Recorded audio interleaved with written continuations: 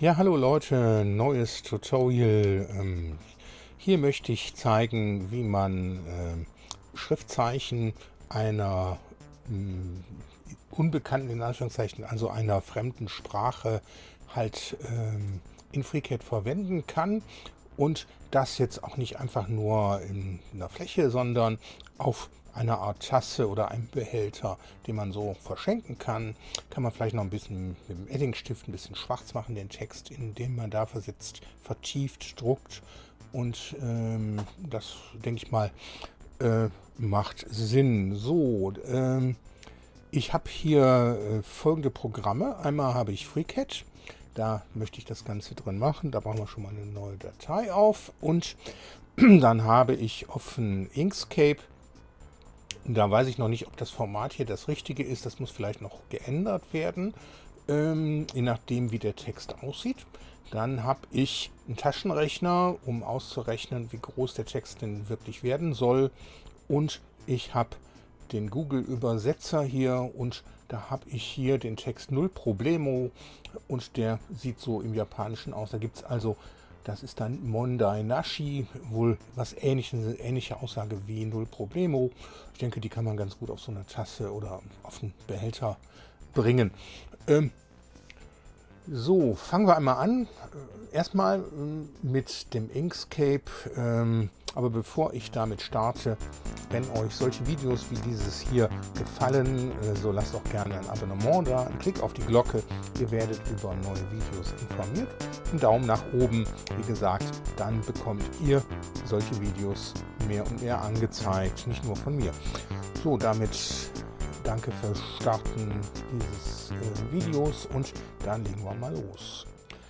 So, ich habe hier, wie gesagt, Null Problemo hier auf der Seite. Da kann ich jetzt hier unten hinklicken und kann sagen, Übersetzung kopieren. Und jetzt wechsle ich in das Inkscape. Und dann kann ich das jetzt nicht einfach STRG-V und einfügen, sondern ich klicke hier auf das Textobjekt erzeugen, klicke einmal hier rein, dann habe ich hier so einen Cursor und dann einmal STRG-V und dann habe ich diesen Font da mit diesem japanischen Schriftzeichen das hier drin und das kann ich jetzt beliebig skalieren. So, überlegt habe ich mir, dass ich eine Tasse oder einen Behälter, nicht Tasse, ich drucke nichts, wo man Lebensmittel reintut, weil man weiß nie, was in dem Drucker alles passiert ist, was der da rausgibt. Also das ist dann einfach nur ein Behälter, wo man was drin verschenken kann. Null Problemo ist nicht unbedingt jetzt da der passende Spruch. Man kann auch Ich liebe dich oder was auch immer machen. Kann man ja noch zusätzlich als deutschen Text drunter schreiben. Aber wir machen jetzt einfach hier mal Null Problemo. Und den Taschenrechner habe ich dafür, wenn ich so einen Behälter habe und der hat so einen Durchmesser von 80 mm, 80 mal 3,1415926, dann hat der einen Umfang von 251 und der Text soll jetzt nicht den ganzen Umfang nutzen, auch nicht die Hälfte, sagen wir mal ein Viertel oder ein bisschen mehr als ein Viertel. Also teilen wir das mal durch 4. Das wären 62. Ich sage jetzt einfach mal 80 mm Länge.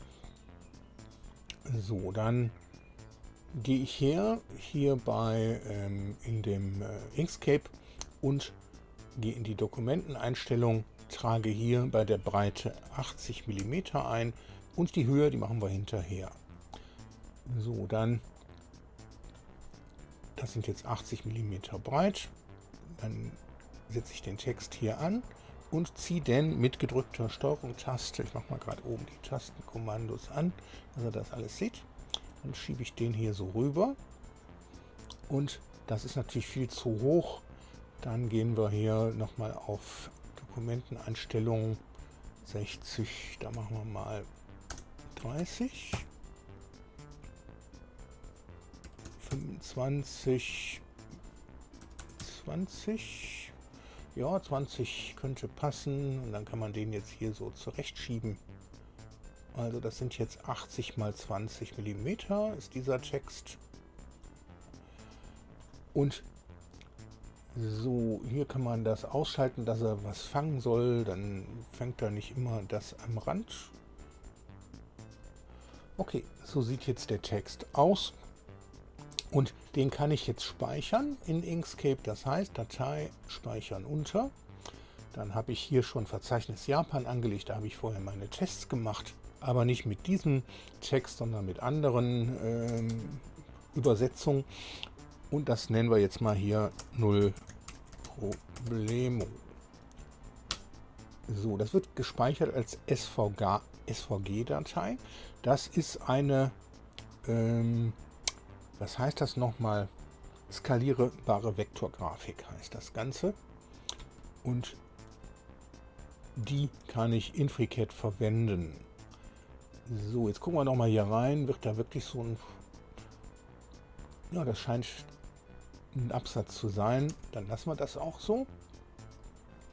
Jetzt gehe ich in FreeCAD und erzeuge hier erstmal den Körper, den wir überhaupt produzieren wollen. Ich habe schon ein neues Modell auf. Das heißt, ich mache nur einen Körper, eine Zeichnung.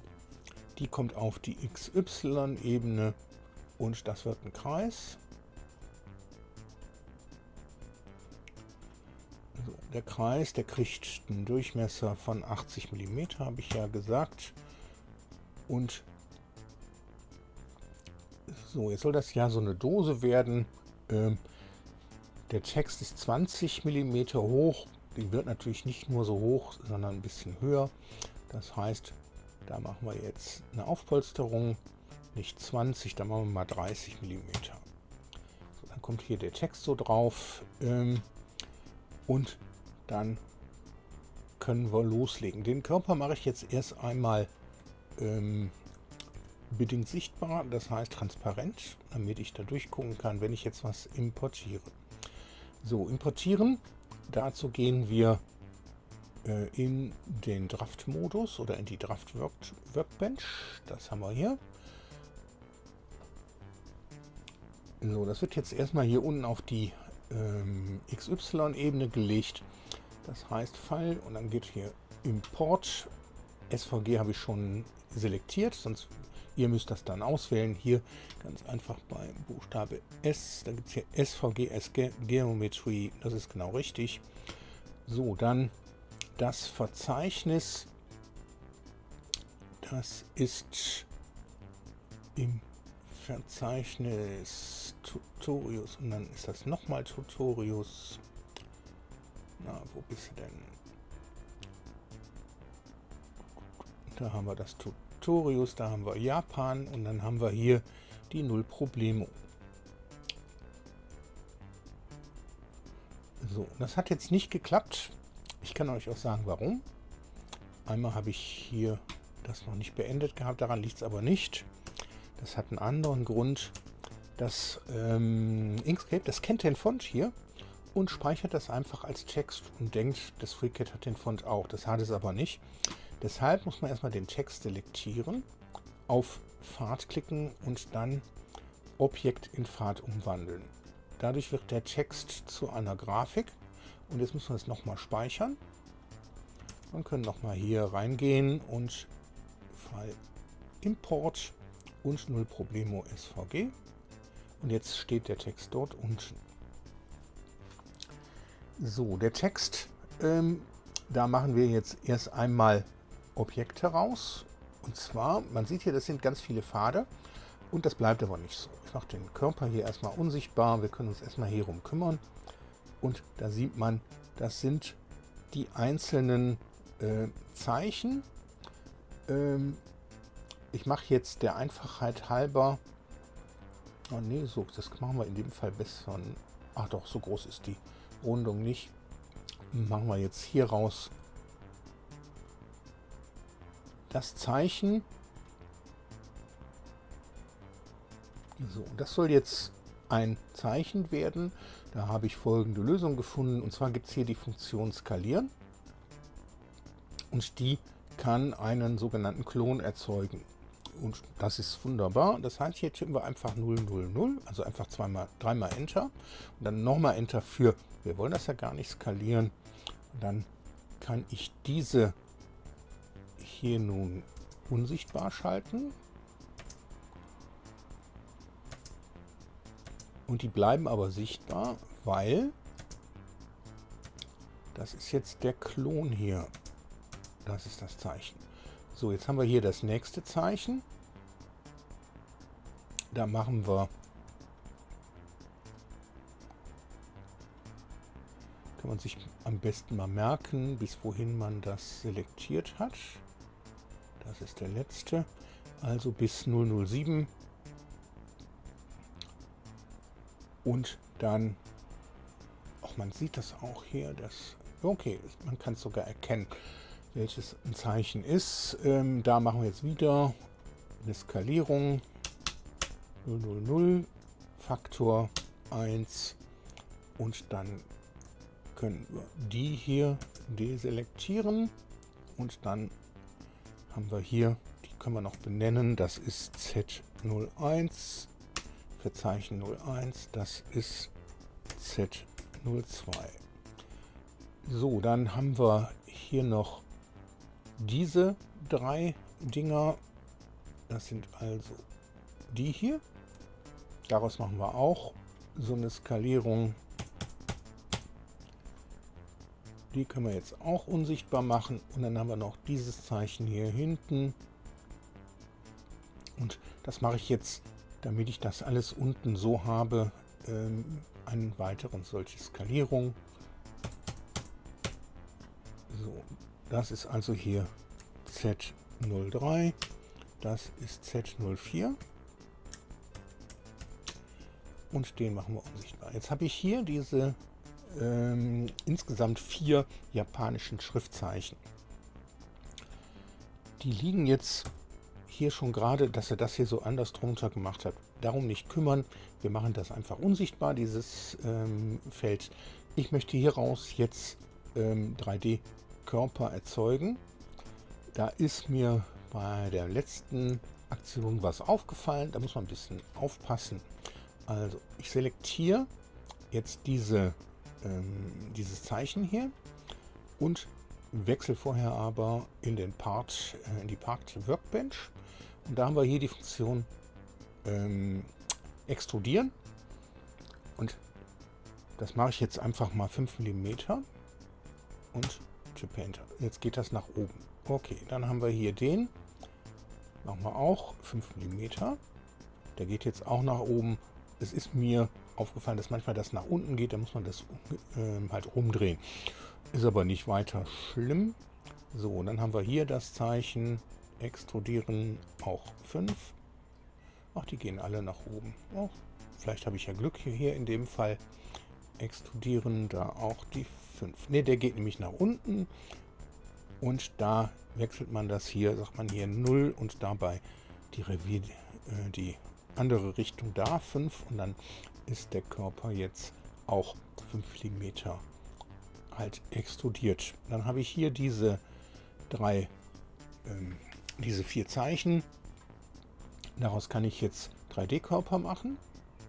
Also hier haben wir Nummer 1, Nummer 2. So, das mache ich. Das habt ihr nicht hier, dieses Zeichen da. Ihr könnt es da hinpacken. Ansonsten geht das über Create a Copy, Refine Shape. Beziehungsweise Form aufbereiten. Gehen wir mal gerade hier. Ich hatte für das auf Englisch umgestellt. Machen wir es mal gerade wieder Deutsch. So, und dann nochmal Formteil, Create a Copy und dann hier Form aufbereiten. So, dann haben wir den noch hier. Da klicke ich wieder das Symbol hier. Das geht schneller für mich. So, jetzt haben wir die Zeichen hier. Und hier haben wir den Körper, in den das reingefräst werden soll. Jetzt müssen die Zeichen ja hier so platziert werden, dass die seitlich an den Körper dran liegen und auch hier schön auf der Rundung liegen. Deshalb sollten die jetzt erstmal gedreht werden. Das machen wir über Placement. Da haben wir hier Winkel und hier Achse. Das heißt 90. Und die will ich um X drehen, nicht um Z. Das hat er hier standardmäßig eingetragen. Das heißt 1, 0, 0. So, dann nehme ich den zweiten, auch da 90 100, den nächsten 90 100 und den letzten auch noch 90 und 100. So, dann können wir uns das jetzt von oben angucken. Da haben wir die Zeichen, hier den Körper, auf den das gesetzt werden soll. Wie machen wir weiter? Die müssen jetzt verschoben werden und gedreht werden. Das macht man, indem man hier die rechte Maustaste klickt und auf Transformieren geht. Und dann habe ich hier so ein Koordinatensystem da dran und dann kann ich das hier so fahren, dass der hier so dran fährt und dann gehe ich hier so weit wie möglich hier dran. Ich stelle mir das hier, das ist 0,5. Die Drehung, die ist völliger Unfug, die machen wir auf 1 Grad und das hier machen wir mal auf 0,1 mm. Dann kann man das hier ein bisschen genauer ranfahren. So zum Beispiel. Okay, jetzt nehmen wir den nächsten Text. Einmal hier OK klicken, den Text bitte und den auch transformieren. So, hier wird es jetzt ein bisschen frickelig. Und zwar, dieses Koordinatensystem, das hängt leider nicht da schön in diesem Zeichen drin, sondern es liegt so daneben. Das heißt, man muss sich das jetzt hier so zurechtschieben, dass das so ungefähr korrekt aussieht. Und trotzdem hier gut reinschneidet.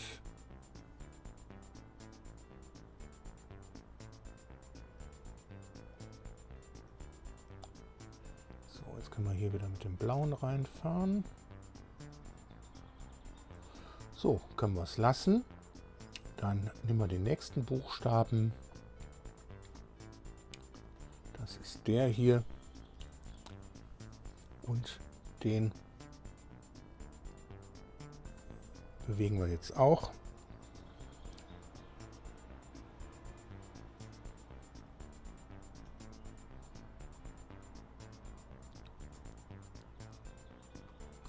Der muss noch weiter gedreht werden, so ungefähr. Ich kann mir das dann mal so ein bisschen zurechtschieben. Dann kommt er hier noch ein bisschen dichter dran. Ja, noch ein. Machen wir es mal so. Gucken. Ja, das war ein zu viel. Noch ein. Ja, so ist gut. So, dann kann man den noch ein bisschen dichter ran machen.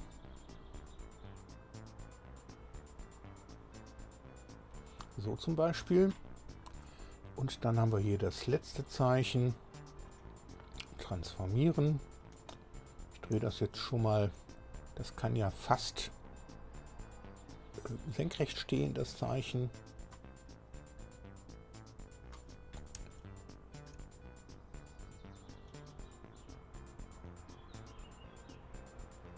Das machen wir sogar noch ein bisschen höher, weil das hat ja so ein bisschen Absatz.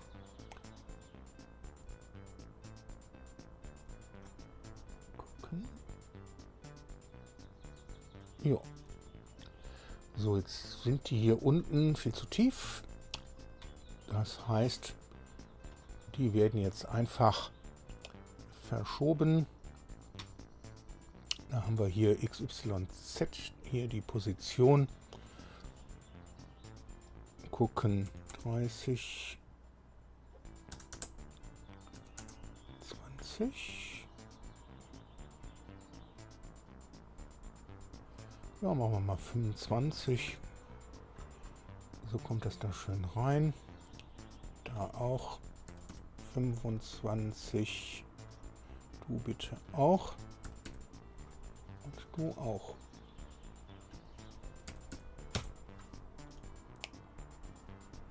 So, da haben wir die Zeichen. Hier diesen Körper, aus dem es rausgeschnitten werden soll.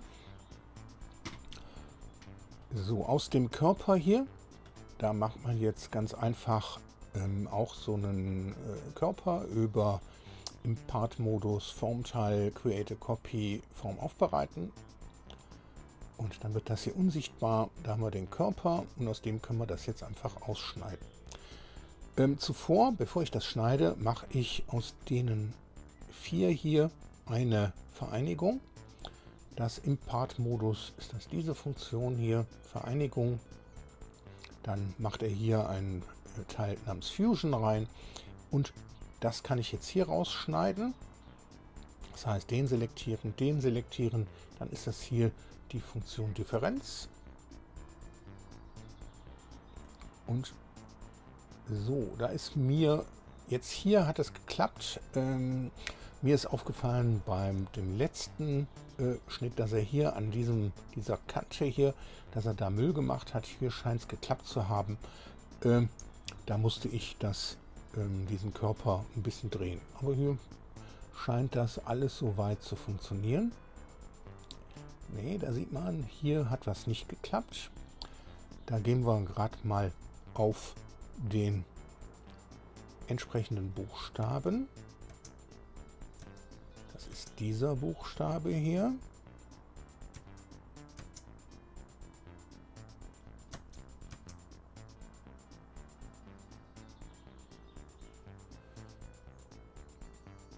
So, der ist in der Fusion drin. Der nicht. Ich habe fast den Eindruck, die sind zu dicht dran. Da kann man jetzt immer noch nacharbeiten. Ich habe die jetzt wieder sichtbar. Da sieht man, das ist ein bisschen zu dicht. Also gehen wir in die Aufsicht. Selektieren. Also der hier, der hat soweit funktioniert. Der nicht. Dann hier nochmal auf Transformieren in die Aufsicht. Und jetzt kann ich den hier so ein klein bisschen nach vorne ziehen. Okay, klicken. Können wir den unsichtbar machen und dann ist das Zeichen hier jetzt auch korrekt geschnitten.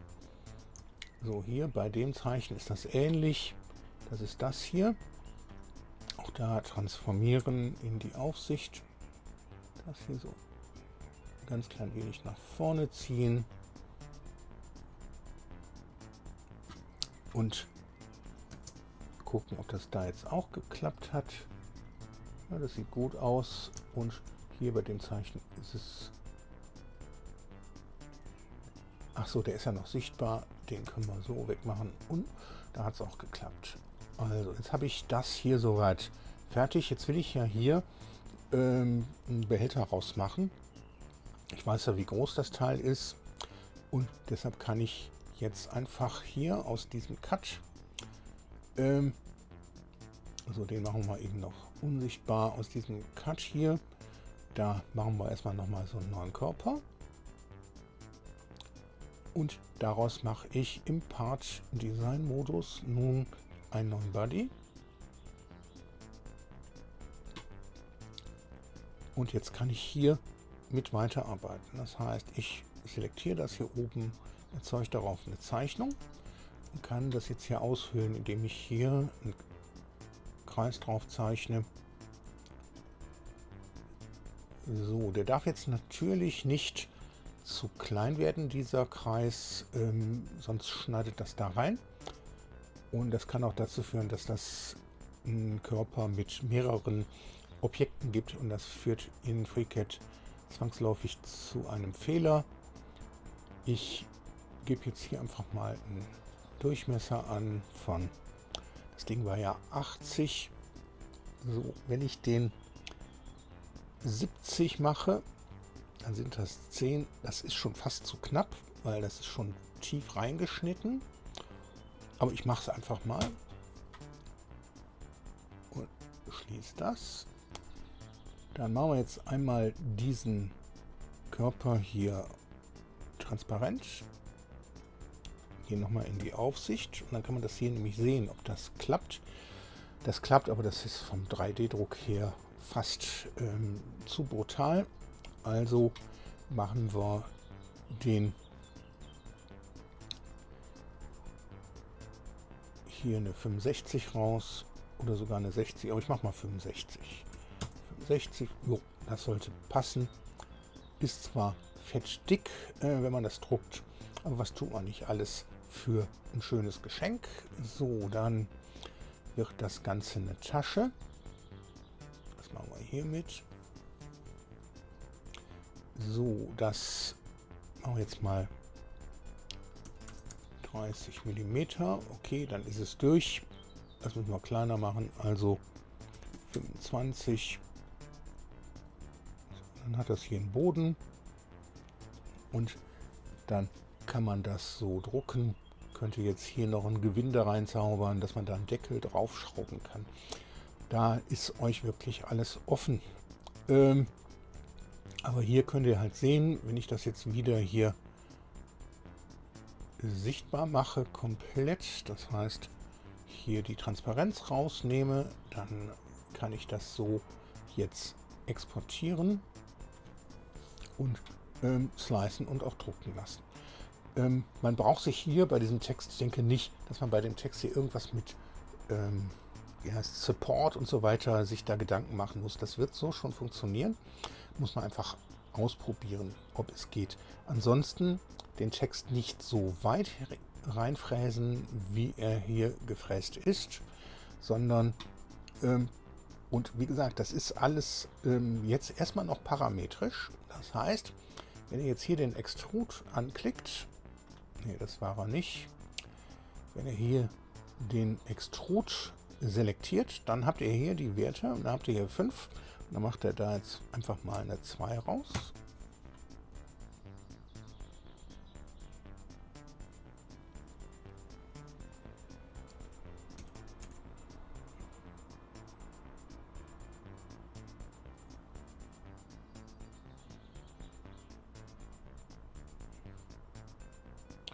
Das hat jetzt nicht geklappt.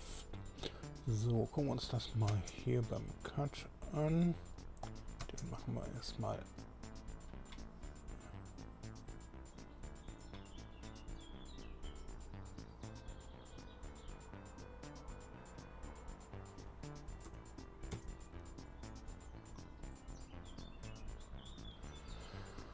Fünf, 4,5.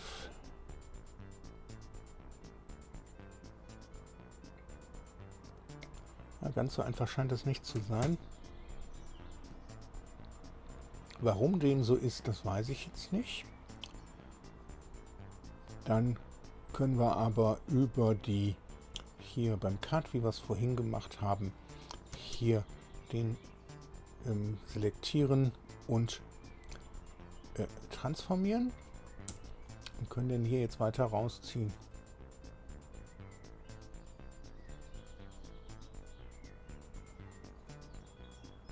Das sollte funktionieren.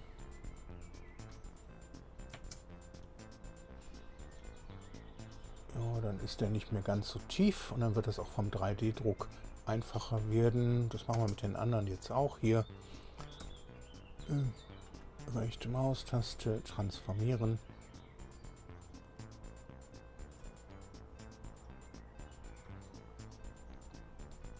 Wenn ihr das ein bisschen einfacher haben wollt mit der Positionierung, dann könnt ihr euch auch eine Hilfsgeometrie anlegen. Geht einfach hier in den sogenannten Sketcher. Da muss ich gerade schauen, wo ich den habe. Hier. Und da kann ich jetzt einfach eine neue Zeichnung anlegen. Die will ich aber nirgendwo anhängen. Also alles deselektieren. Sketcher auf die XY-Ebene. Und dann einmal hier hinklicken. Und dann können wir hier einen Kreis zeichnen. So zum Beispiel. Ja, der kann ein bisschen kleiner werden, der Kreis. Jetzt sehen wir wieder hier die Sachen. Das heißt, so zum Beispiel. Dann sieht man hier, bis dahin darf es laufen. Dann kann man das schließen und jetzt kann man hier wieder in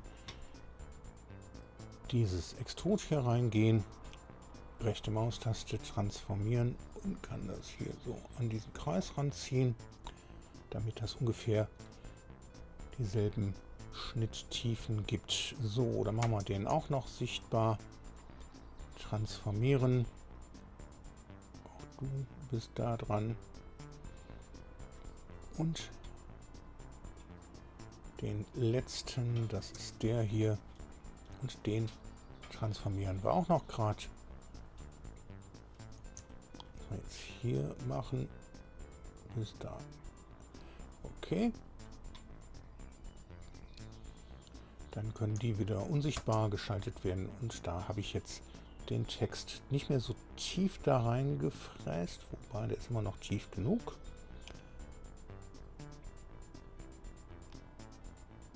Ist bei den Zeichen, die ein bisschen breiter sind, ist das mehr, weil das ja in der Mitte dann mehr reinzieht, reinhaut. Okay, das machen wir jetzt hier. Dann gehen wir wieder hier auf den Body. Also den Cut unsichtbar machen. Hier den Body sichtbar. Den Sketch brauchen wir nicht mehr.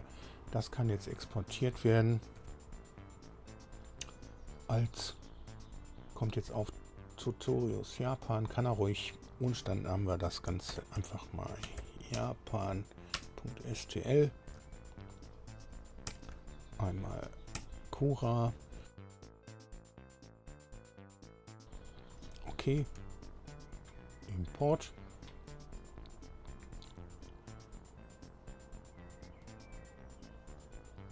Das ist hier jetzt Tutorials. Irgendwo hier. Tutorials Japan STL. So, da ist das Teil. Slicen und Vorschau. Also dauert eine Stunde und dann habt ihr halt das Teil hier gedruckt mit dem japanischen Schriftzeichen.